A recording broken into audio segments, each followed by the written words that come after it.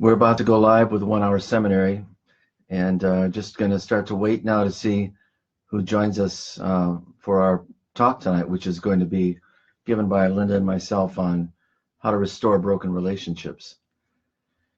John Stager, how are you doing? Hi, Ron. I'm glad you became a Facebook friend. Hi, Sarah. Brett, how are you doing? It's good to see you. Hi, Jesse. Karen, it was great to see you on Sunday. Hope you're doing well at the seminary. Yeah. Dave McMahon, thanks for logging in. It's good to see you. Hi, Kelly. Kelly Williams is on. Amanda, good to see you. We're just waiting a couple minutes before we begin here. Lynn and I are going to share how we counsel broken relationships and going to share the what insights we have about that and how to help people whose relationships are struggling. Hi, Justine. It's good to see you. It was great to see you the other week at Redeemer. Hello again, Amanda. Wendy, how are you? Good to see you. Hi, Courtney. Gonna wait till about 9:01 or about 9:02, and Dave McMahon, it's I would like you to go pick up a pasty at that pasty place in Cadillac. And please, if you could drive it down just in a couple hours, I'd like to have it before I go to sleep tonight. Those are really good pasties, and I should know because my mother handmade pasties. Rich Bennett, it's good to see you. It was great to be with you and your people last spring. Gonna wait for about another minute here. Melissa, Linda, and Donna. Donna, it's good to see you. Donna, I was talking with someone today who hopefully will be coming to the Lutheran home, and I told them about you, and I just said, what a great job the Lutheran home does. So you may be hearing from someone that we know. Joe Leroy, good to have you on. Joanne and Jean Trigg, it's so good to have you with us. Hi, Joe. Thanks for coming in. Okay, well, listen, Linda and I are going to share with you how we feel led to help relationships that are struggling, even divided relationships. And like many pastors and their spouses, Linda and I have met with hundreds of people, hundreds of couples, whether friends, marriages, family situations over the years. I mean, we've been married over 44 years, and even before we were married, we were counseling people, learning more about how to do this, studying with some very good people. And so we're going to share with you our insights here tonight. But I want to just give you a couple of resources first, just about relationships in general. One of the best books just on relationships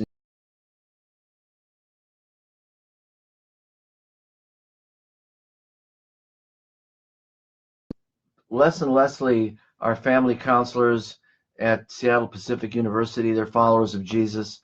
And this little book, man, is a great book. It would really show you what a healthy relationship looks like and how to be there.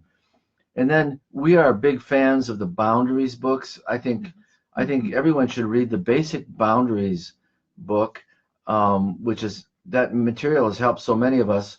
And then, like, here's a book, Boundaries in Dating by Henry Cloud and John Townsend.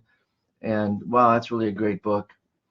Now, for relationships that are really difficult, like a marital relationship, let's say if that relationship has suffered adultery, the best book on helping a marriage get back together after adultery is called Torn Asunder by David Carter, Recovering from Extramarital Affairs. And wow, it's just really a good book. And Linda, do you want to share that resource right now? Yes. A book that I've read and have been really impressed with for quite a long time, and I actually just rereading it again, is The Art of Forgiving by Lewis Smedes, and we are big fans of Lewis Smedes. His book on shame and grace is just one of the best books that I've read on that subject. And this book on the art of forgiveness and being forgiven, to me, just really has great steps to understand what has happened in broken relationships and how to step forward. Yeah. So when we're asked to help a relationship that's struggling, we always feel honored and privileged that we could have any part of it at all. And of course, as we begin, we're praying about this, because even though there are materials and principles, I think, that are basically the same, still every relationship is unique. And we're asking for wisdom and discernment in terms of how to help the two people, whether they're two friends or a husband and wife or a premarital couple or a dating relationship or in families. And so we're praying for wisdom and discernment. And we're also asking that God would make a way, because the fact is that there are some times when we're meeting with couples or friends in a situation that we don't really know what to do. And I think it's important to acknowledge, well, I don't really know what to do at this point. We're going to pray about this. We're going to ask for discernment. But we have seen God make a way where it's just amazing to us what God does above and beyond what we're doing. And finally, we want you to know that we do refer relationships, families, marriages, when we come to a point where we feel perhaps we're not able to help as much anymore. And in our Southeast Michigan area, within a driving distance of where we live, there are two excellent Christian counseling clinics, and one is Masterpiece Counseling in Tecumseh, Michigan, and the other is Person-to-Person Resources in Perrysburg, Ohio. So we're praying for wisdom and discernment, and we're praying that God would make a way, and we refer. And so Linda's going to share something about that we're for the relationship, not for the individual. Yes, we always feel that if people are willing and are making themselves vulnerable to come and talk to us, we really want to honor that, because we know that it's difficult. These are hard things to talk about, and people have to really be willing to be open and honest if they are really wanting some kind of new direction and restoration. So one of the things that we always tell them when they first arrive is it's very important for them to know that we don't take sides. We are here for the goal of us understanding the couple and the couple understanding, or the persons understanding one another. That's our ultimate goal. And so we are very careful that we are not just going to grab hold to one issue and stay there for a long time. These kinds of things happen because there is two individuals or maybe more that are creating a conflict through either their words or their behavior. And so we want to just listen to those and how each person is sort of interpreting their own reason for coming. And then from there begin to get an expectation of where we want, but we don't take sides. Yeah, this gets really interesting when you communicate to two people that we're not going to take sides, because our general experience in relationship struggles is that both people have a responsibility. Very rarely do we see relationship struggles where one person is really the bad person and the other person is a good person. It can happen that it's very lopsided that way. But it usually takes two to do this. For example, if someone comes and says, this friend of mine or my wife or my husband, they're just such a controlling person and they keep controlling and manipulating me. Our experience is that, well, that even if that is true, every controller needs a controlee. Right. Every manipulator needs a manipulatee. And so at that point, we would talk to the person and say, ask them what is it about them that allows themselves to not set a boundary. What is it about them that can't say no when they feel that they're being controlled, or when the other person is saying or doing something to them that they don't like. We want the person to be empowered to be accountable for their own responses, because to do that kind of dance, what sometimes we call the master-slave relationship, especially in marriage, it takes both a master and a slave. And if there wasn't a slave, part that is one who's just giving in to the other person's dictates, then that relationship probably would not last. Also, we definitely have had people walk out on us and not come back because we didn't take their side. Mhm. And it's just absolutely crucial. And I think probably a few times we've had both people leave us because we weren't taking their sides. But we're for the restoration of the relationship. We want to make sure that they are. So we ask them, how can we help you? I think it's important to say, what can we help you with? Because some people may really not want to be helped. Jesus actually asks someone at one point in the Gospels, he says, do you want to be healed? Right. I think it's an interesting question. I would think, well, who wouldn't want to be healed? The answer seems to be, well, maybe not everybody. Maybe the persons coming in want us to say some things, and they're going to, try to control us so that we affirm whatever it is they're saying. So we don't take sides. But what we do need to do is this. We need to listen. So we work on listening. What are they saying? And we ask them to, if they're struggling, we ask them to point to behaviors, not to use descriptive adjectives. For example, if one person says, she's so horrible and she's just mean-spirited and all that, those adjectives are not helpful. We want to know, what behaviors is she doing that cause you to be angry? And so we've got some principles going here. Number one, we want you to focus on behaviors and not descriptive adjectives. What are the things that are being said, the actual things that are being said to you? Mm-hmm. So recently we had someone just bring a list of actual things that their friend was saying to them, and that was helpful for us. And then we want to understand. And here's the idea. Understand first, and only, if needed, evaluate afterwards. So as counseling type people, we want to understand and hear what the people are saying, and then we feed back to them. We say, am I understanding you correctly? Is this what you're saying? And that's helpful, because when the people feel understood by us, then we've got an advantage in helping them. Mm-hmm. Yeah, I think one of the things too, that in our culture, there is so much impulse to start to use descriptive adjectives to call somebody something. And so our culture seems to really give like a permission.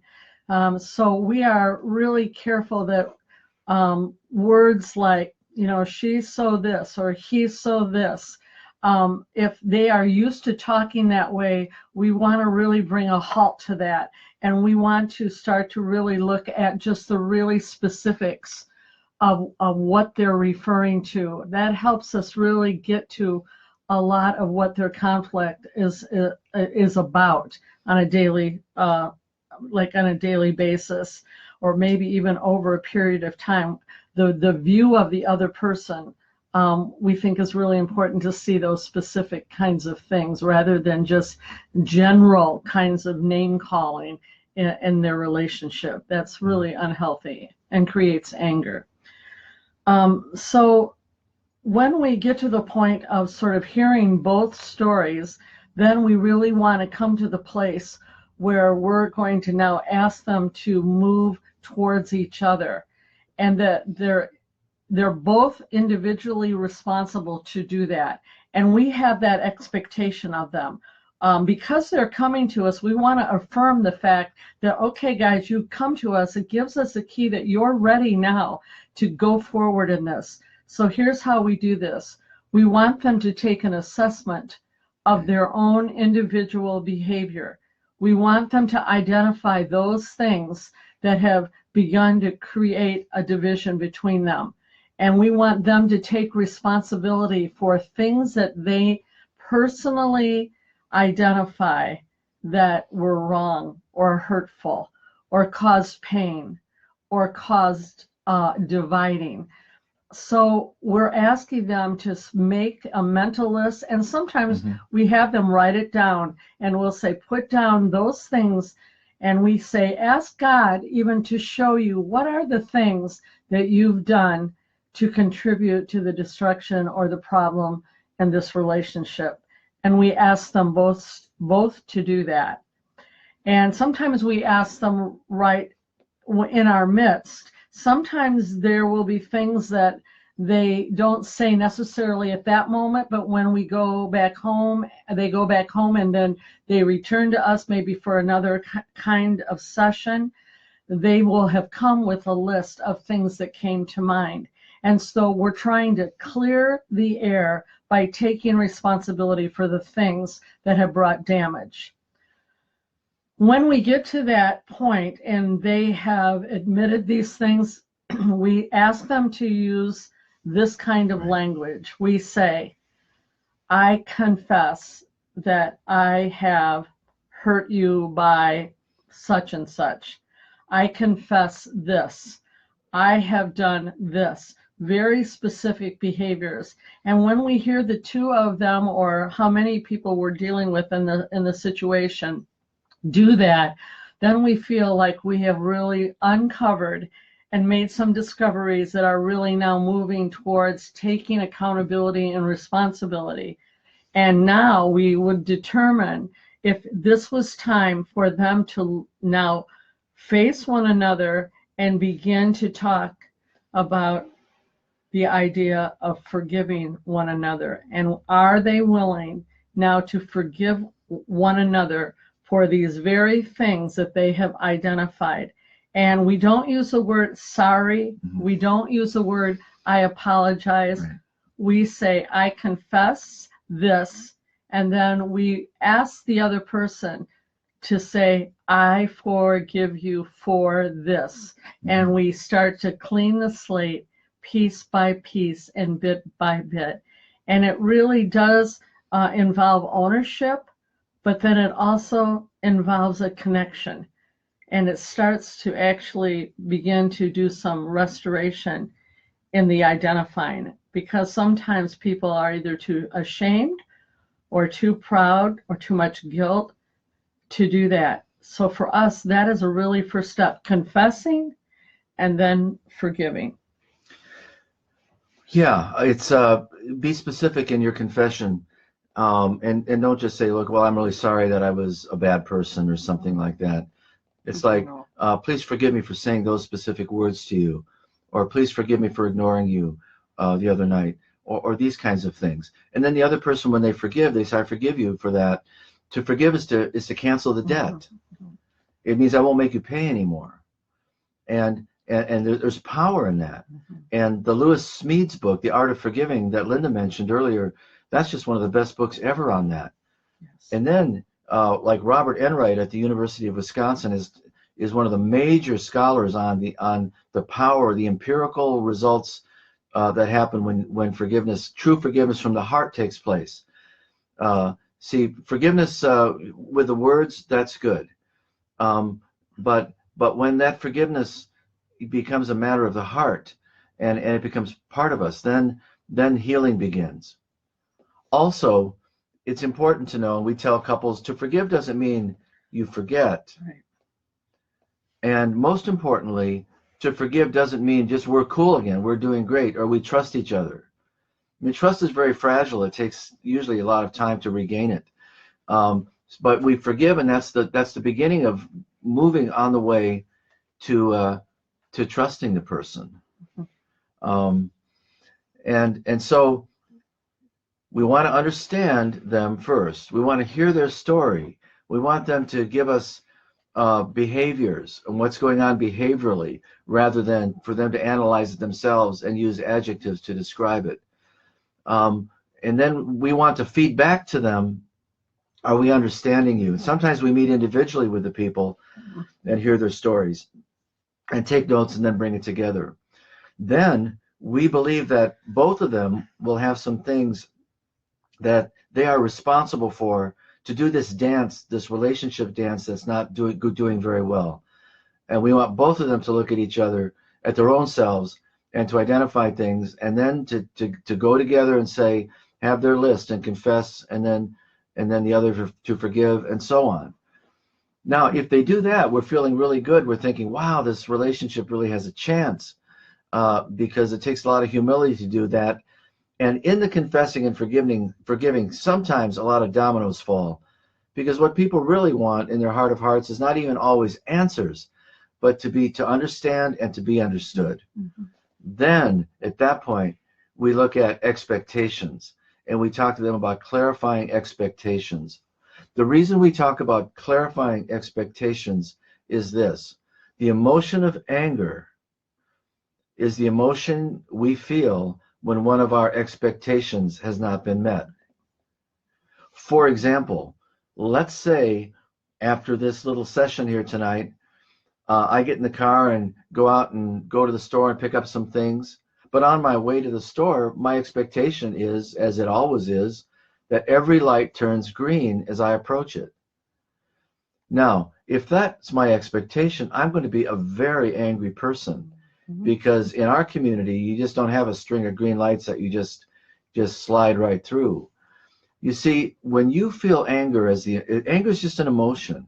And when you feel anger, I think you can be pretty certain that you have an expectation, or some call it a demand, that has not been met. So then we want you to state your expectation, because you have an expectation in this relationship that has not been met. And then you ask, is that expectation a godly expectation, or is it an ungodly one? Is it a rational expectation or an irrational one? And if it's an ungodly or irrational expectation, then we need to get help with how to get that expectation out of us. But if it's a godly or rational expectation, then next we want to know, has it been communicated clearly so that it's been understood by the other person? Because that's not always the case. Right. And so the clarification of expectation. And then the two people, whether it's friends, family members, marital couple, premarital, whatever, if they can come together on the expectations and agree on that, it's going to make it a lot easier for this to work. Mm-hmm. And by the way, this happens in every relationship. Mm-hmm. There's no such thing as a relationship that just sails smoothly through life without ever having anger towards one another. Doubtful. And we would be actually doubtful of that. Right. Because we all just have often our own inner agendas. I think also with this expectation idea, that you want to be careful that you state expectations as opposed to assuming expectations. Assumption really can get us into trouble, and often is a root of not understanding one another and being confused.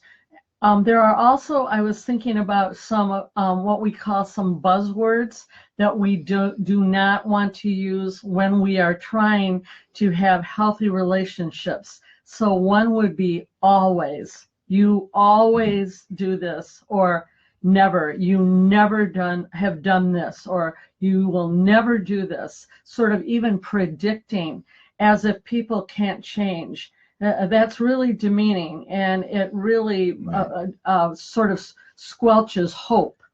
And that is not a godly kind of characteristic that we want to have. Or if it's someone who we deeply care about and have a relationship with them, we want to have an expectation that this can be altered. Change can happen, as much as we would want somebody to believe that for us. Not to have this kind of general idea, we're just stuck and there's no way we can change. That is not what we feel that is a godly expectation. We believe that we can change. Yeah. And God believes it. So let me sum up so far and make a couple of other things that we do.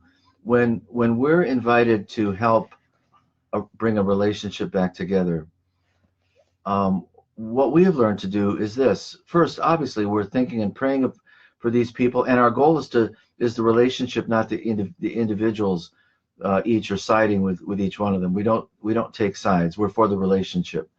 We're looking for discernment and wisdom, and we're asking God to do things beyond what we could do. And then, if we understand what each individual is saying, and they feel that we understand them, and that we're for the relationship, then we feel that we have an advantage in meeting with them, because neither one of them can say, "Oh, you don't know what I'm thinking," or "You don't know what I'm feeling." We want to know what they're thinking and feeling for the sake of understanding, and so that we can evaluate.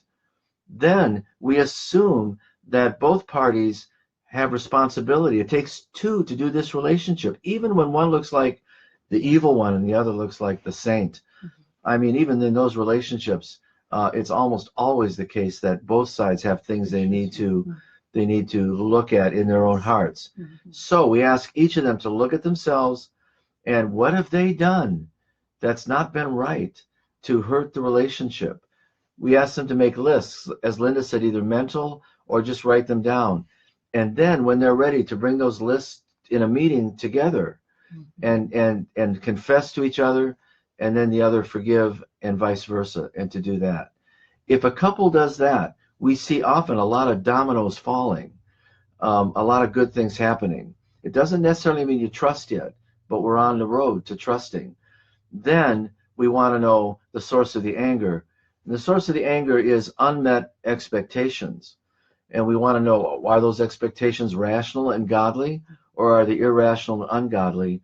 And so we work with a couple on clarifying and coming together on godly expectations. And then we give them a template. And this template is from a friend of ours who was a professor when we were studying at Northern Baptist Theological Seminary in Chicago. And he's Dr. David Augsburger. And David went on to teach at Fuller Theological Seminary and has written some of the most amazing things on speaking the truth in love when you're in conflict. In his book called Caring Enough to Confront, again, an older book, but man, worth the price of the book easily. He takes Ephesians chapter 4, verse 15, which says, "Therefore, speaking the truth in love, speak the truth in love, so shall we grow up fully into Christ." And David talks about speaking the truth and doing it lovingly. Not just being truthful without love, because you blow people away, and not just being loving without the truth, because you may never get to the issue. And David has a template that when we're done here tonight, I'm going to post this on my blog, which is The Truth in Love. And I just want to read this now. To have these attitudes, we encourage the couple to look at this, see if they can agree on this, and then to have these attitudes and hold each other accountable.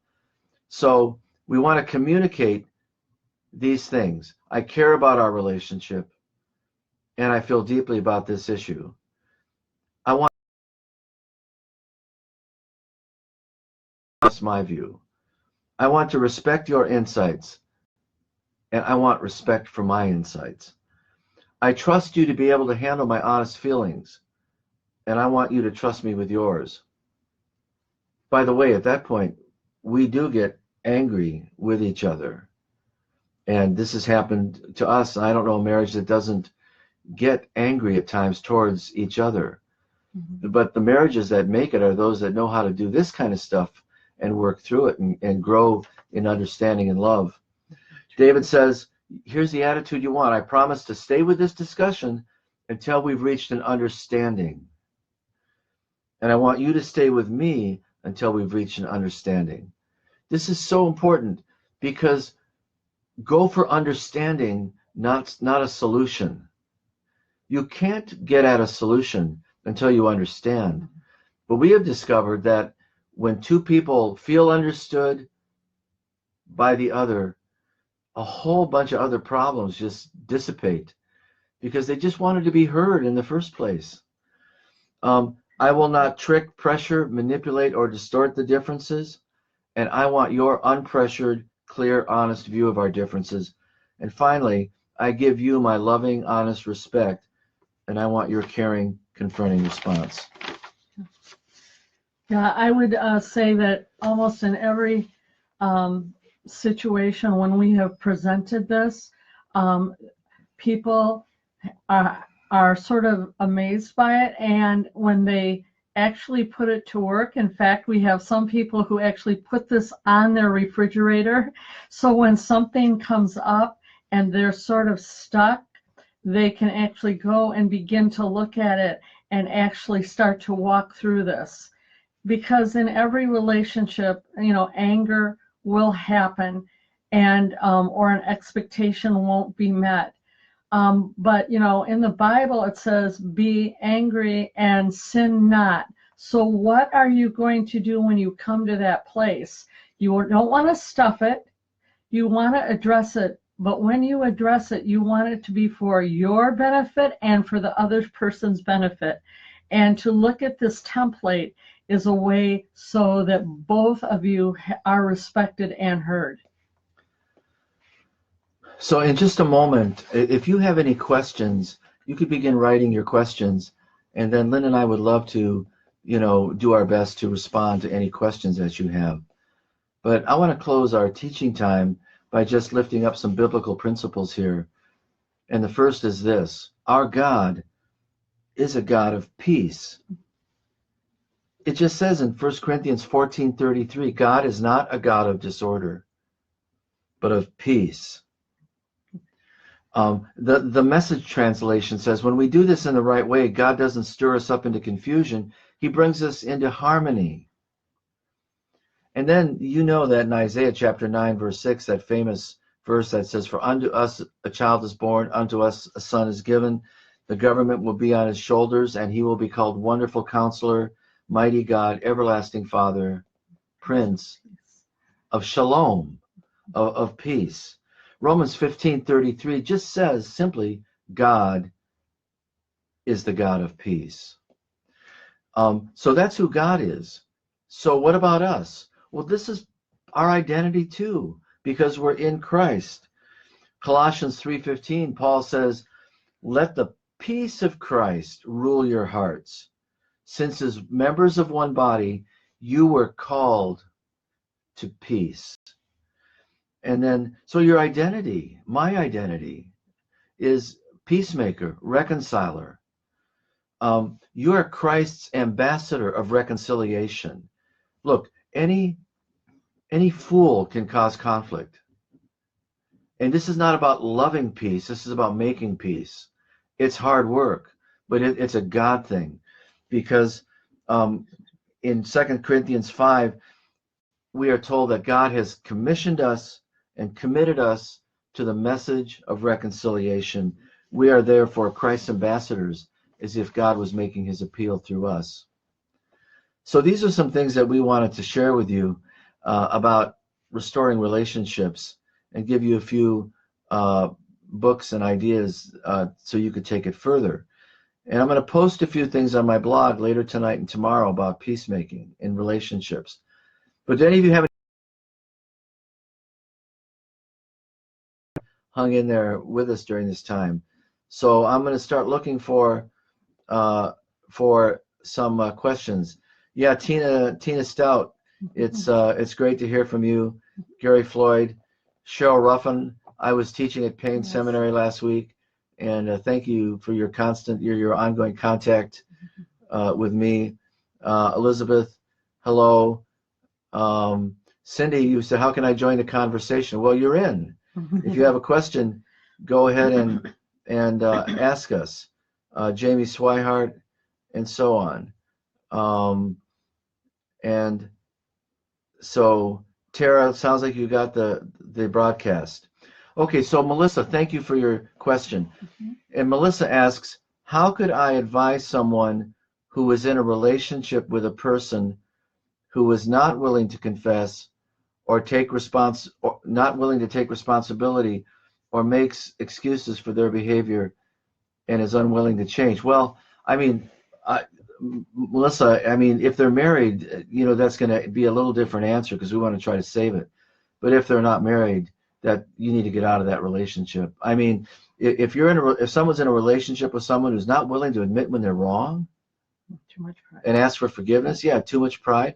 They're not willing to take responsibility for their own behaviors, Not honoring you. and Mm-hmm. then they're making excuses for their behavior instead of saying, please forgive me for this behavior, and they're unwilling to change.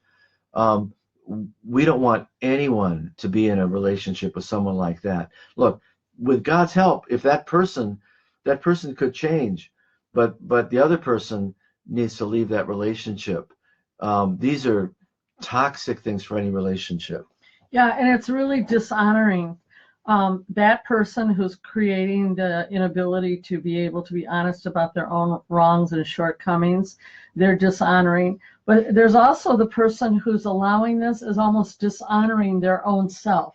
Like they really aren't worth to really have a real relationship with someone else. They're settling. That's how I would look at it. Settling for something. And that's too needy. Again, God is the ultimate person to meet our needs, and He would want us to be able to be in situations where we are heard and we are loved, and we are committed to opening up our faults and our strengths to each other, our weaknesses and our strengths, so that we could have something that we're building on, and also is a really great way to influence others. Yeah, if the person though is married and their spouse has all these attributes, unwilling to change, refusing to take responsibility for their behavior, unwilling to admit when they're wrong, that the person in the marriage with such a person like that needs to set boundaries. And we would strongly recommend the book by Henry Cloud and John Townsend called Boundaries in Marriage, which will help that person, because it's the behavior. Sometimes when we set boundaries, the other person might never believe that we're going to hold on to these boundaries or maintain them. But if they're maintained, God could use that to provoke the other person to perhaps change behaviors. And let's say if they were like in our community and we knew these people, I would want to meet, or Linda and I would want to meet, one of us or both, with the person who is saying that they're unwilling to change, and try, if they were willing to meet with us and try to find out, and share with them what's going to be needed for this marriage, if they're married, to really be successful. Some people have been hurt so badly that they really are afraid of anyone else requiring something from them. But if you're in a serious relationship, it's two-way. You're going to continue to require from each other. It is give and take. And so if this is someone that's been hurt or abused, so now they're just closed in and they're like a survivor, that's a really difficult place to be. And so you would hope that they would want a relationship bad enough that they would be willing to begin to be honest with their own issues and their own faults. Yeah. Naomi, thank you for your question. Naomi asks, if someone is a friend of an addict, how can one be in relationship with them, which is healing, but also keep up strong boundaries? Well, I mean, here again, the Boundaries book by Cloud and Townsend would be so helpful. But here's some basic principles. Do nothing to enable the person's addiction. I mean, if they're using money and squandering money, like we wouldn't give them money because we don't trust how they're going to use it. I mean, I can see giving them food, actual food, but not giving them money because, yeah, and then we wouldn't bail them out. That is, we would not assist them in hiding so that they wouldn't have to suffer the consequences of their behavior. I would want, if they're doing something illegal, I would want them to get caught, in the hopes that getting caught and maybe even serving some jail time could be something that could provoke them to go get help. We would want to continue to address this issue with them. and point them in a direction of healing and say, we'll support everything that'll bring healing to you, but we can't support this. And those are loving things to do. Yeah. But the addiction is a beast, and we've seen it absolutely tear apart relationships. Yeah, the accountability word to me is really big here. If you're in a caring relationship with someone, and they want to be in relationship with you, they have a responsibility to be accountable, and you have the responsibility to hold them accountable. So I'm very aware of some situations where people have said, if you're, going towards your addiction now, I want you to tell me that you're doing that, and then we're going together to come up with ways to help you. But what I'm not going to let you do is put myself or my loved ones in a context of risky behavior for them. So if someone is dealing with alcoholism, you're not going to allow them to drive your child in a car if they're prone to that. So there's an accountability for me factor here. And if the person is an addict, to me, you have to discern, is their caring there enough for you, or is their caring way advanced towards their addiction that you aren't a part? Then that's where, to me, they have to then seek other kinds of means. Otherwise, you will become, I believe, like an enabler there in that situation. Yeah, and it will depend on if the person's an addict, do they realize that this is harmful to themselves and others? Right. So let's say they don't. Wow, then it's really going to be harder than even than in others. Yeah, it's really going to be hard. If they do, then are they trying to get help? We want to see them do that, and we have seen people come out of their addiction, which is amazing, and give thanks to God. We've seen God actually heal people of these things. Yeah. Tom Pierce says, how would you address workplace conflict in a very negative environment? Well, that's a great question. And Tom, my first thought is, if it's a negative environment, it probably starts at the top, or at least leadership is responsible for setting the workplace environment tone and holding people accountable. I think at that point, whoever's in charge, whether it's the CEO or the manager or the boss on the floor or whatever, if the environment is negative, there's a problem. It may not be so much even the workers, but it may be the managers and the leaders. And at this point, you could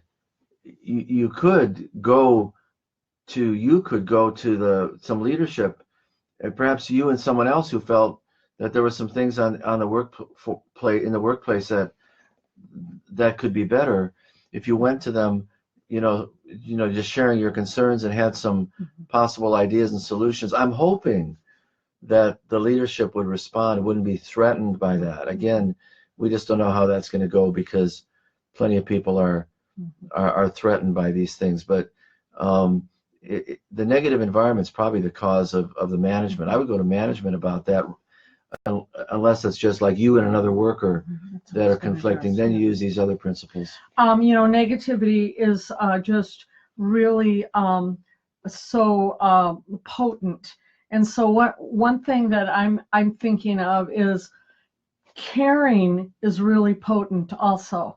So one of my thoughts about this kind of situation is, you be the one to begin a caring kind of comment to anyone, because our culture is so rapid with negative responses. Somebody has to be the voice of saying something kind and caring, and that empathetic kind of way, I believe God will use. And to me, that's a thing that, as a Christian, you can do in a workplace, and it will stand out. And you could get flack for it, but for me, it's sort of like the atmosphere is so tainted that just one caring statement, even if someone hears it, they don't respond, or someone else hears it, to me, it really has influence. Yeah. Justine, thank you for asking a question. You ask, what advice can you give to a person if they'll be the only one hearing this program and would like to model it to promote communication, forgiveness, responsibility, to set boundaries in specific situations? Well, I mean, we want both people. If it's a conflict between two people, we want both of them to go after it. And let's say if someone was watching this now and they wanted some significant friend or significant other to hear this too. I mean, this is going to be online, so you could maybe say, well, I'd like you to listen to this. Plus, use these guidelines that I'm going to post online a little later tonight about speaking the truth in love. That is, you could speak the truth in love to the other person and share with them how important this is to you, and you want to work on this relationship. Now, if they don't want to do that, we have some other problems, and some boundaries are going to need to be set, because I don't think we can change people's minds, and that's a sad state of affairs, because it does take both sides to come together. But still, you can do something. You can pray for them. You can do the right thing yourself. You don't want to be complicit in behaviors that trouble you, though. You don't want to enable behaviors that you feel are divisive, and that's where you might need to set some boundaries. And often, when you do set a boundary with someone who maybe doesn't want to be helped, they can get angrier at the time. But I think the boundaries in relationship books can help you there. Mm-hmm. Yeah, Mickey, thank you for your comments. Does anyone else have a comment or a question about this relationship thing, putting relationships back together? Again, thank you so much for joining and listening to us, and for these questions. I would just add that these kinds of things that we talked about, and even the template about speaking the truth in love, is not just for adults. This works for children and for families, adults to children, in classrooms. I've just seen it work in many kinds of areas. So to me, that verse in the Bible is just like one for all time, speaking the truth in love, because we all need to hear the truth, and we all need to be loved. And so for me, trying this out in the context where you're being challenged, I would just really put that out there and say, try this. Yeah. Because I actually think it can work with adults, but also with children. Yeah, definitely.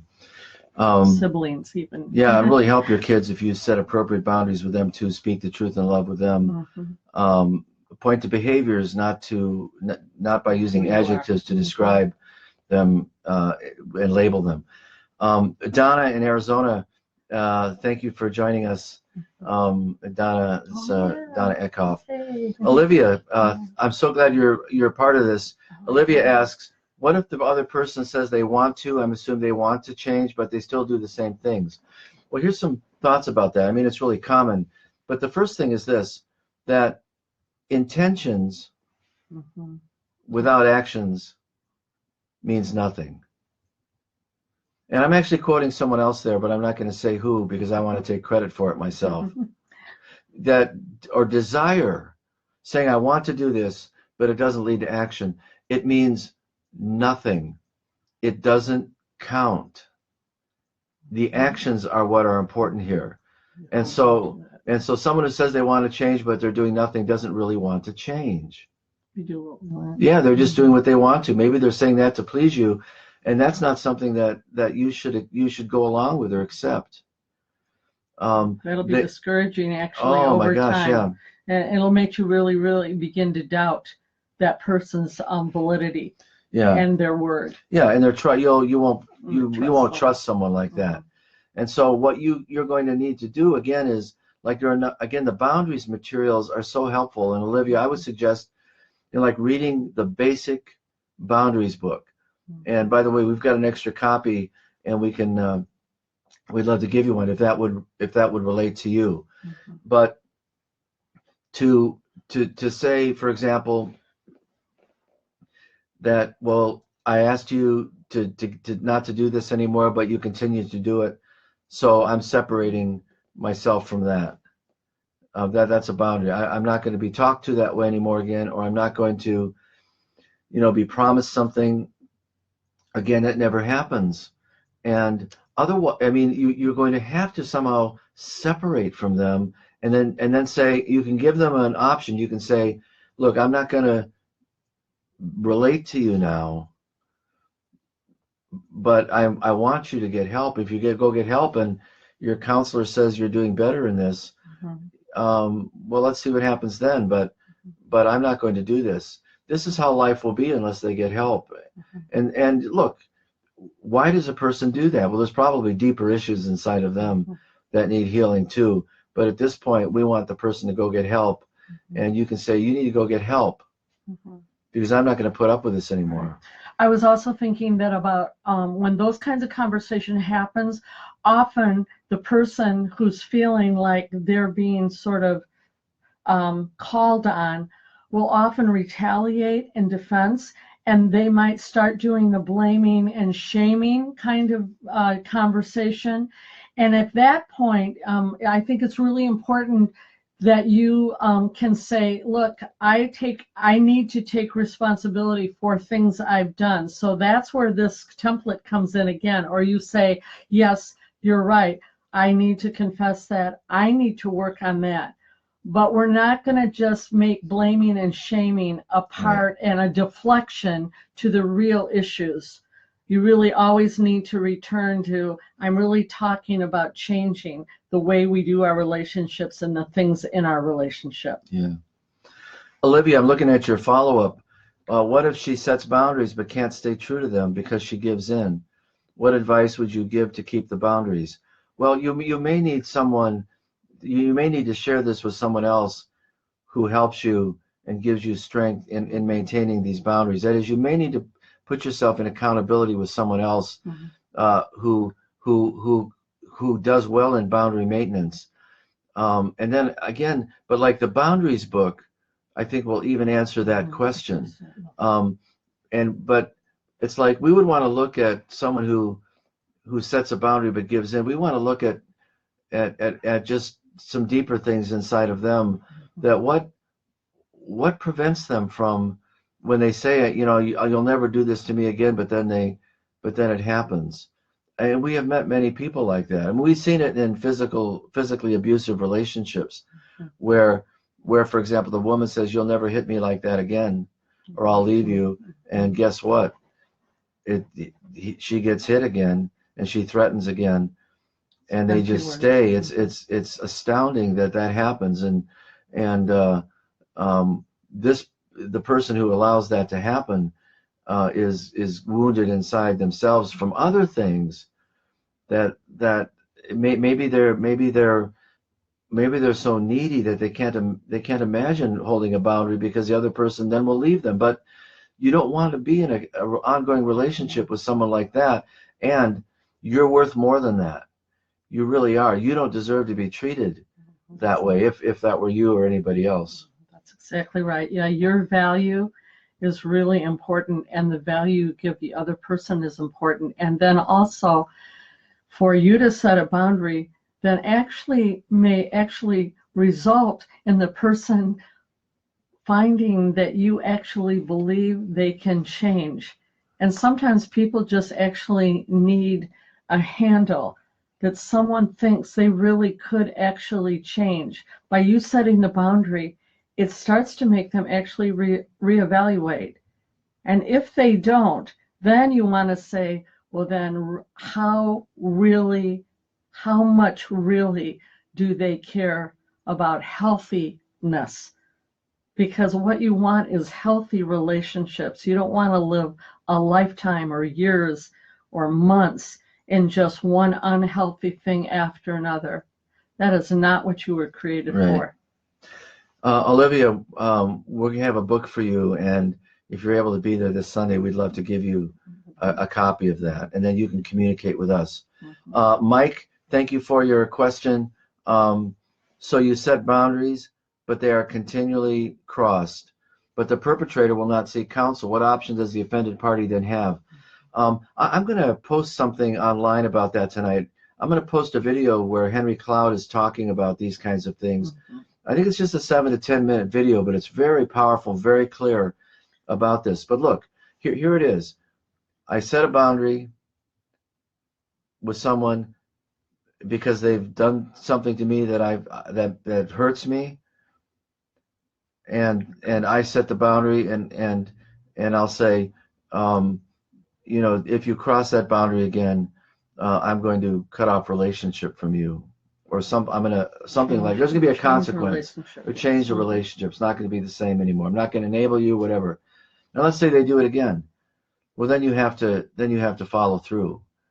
You have to. The relationship's going to have to change between you and that person. It may mean cutting it off. It may mean separating. It could have other things. And here's where the boundaries material helps us in what are the appropriate, effective boundaries. But we are not going to let those boundaries continually be crossed. One time is all that you get here.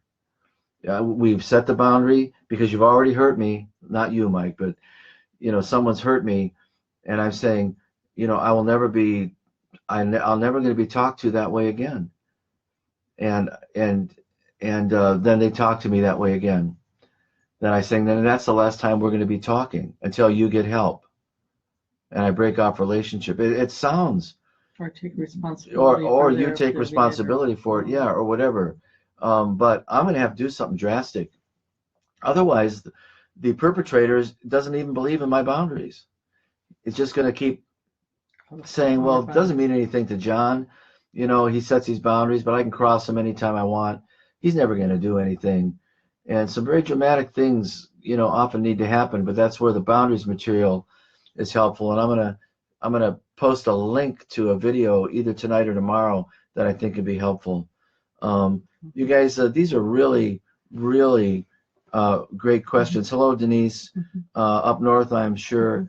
And hello, Claudia, and Trevor, and Marie.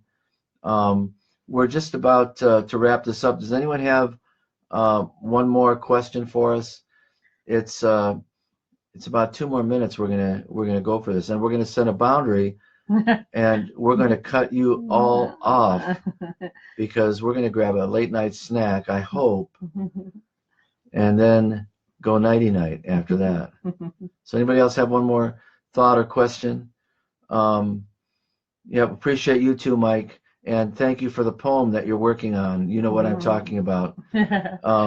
Joanne, should those harsh boundaries also apply with our kids? Yes. There's again, the Boundaries for Kids book. Again, Teens. yeah, boundaries Young, for teens, yeah. boundaries for kids. I'm going to post all the links to these helpful books on my blog, and they'll appear on Facebook, and they'll either be on tonight or tomorrow. So check my blog tonight or tomorrow, either through Facebook, and you'll see a list of more resources that are very helpful. But yes, age-appropriate boundaries with kids, not harsh boundaries, but age-appropriate boundaries. You want the child to understand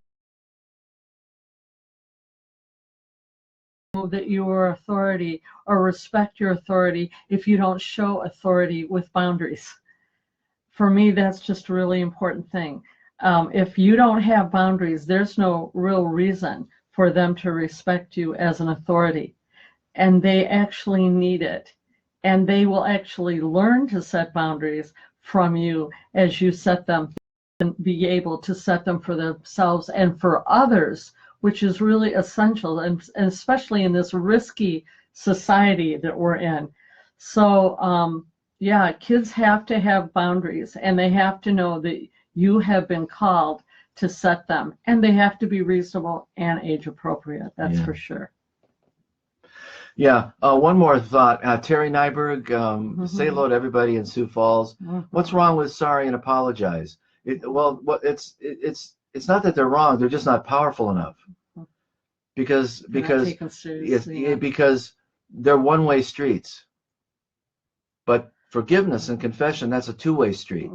And so like Robert Enright, the scholar at University of Wisconsin, and Everett Worthington, the scholar at Virginia Commonwealth, these two great Christian psychologists who have done the major research on what forgiveness is and its power, make the distinction between forgiving someone and confessing and then just apologizing and I'm sorry.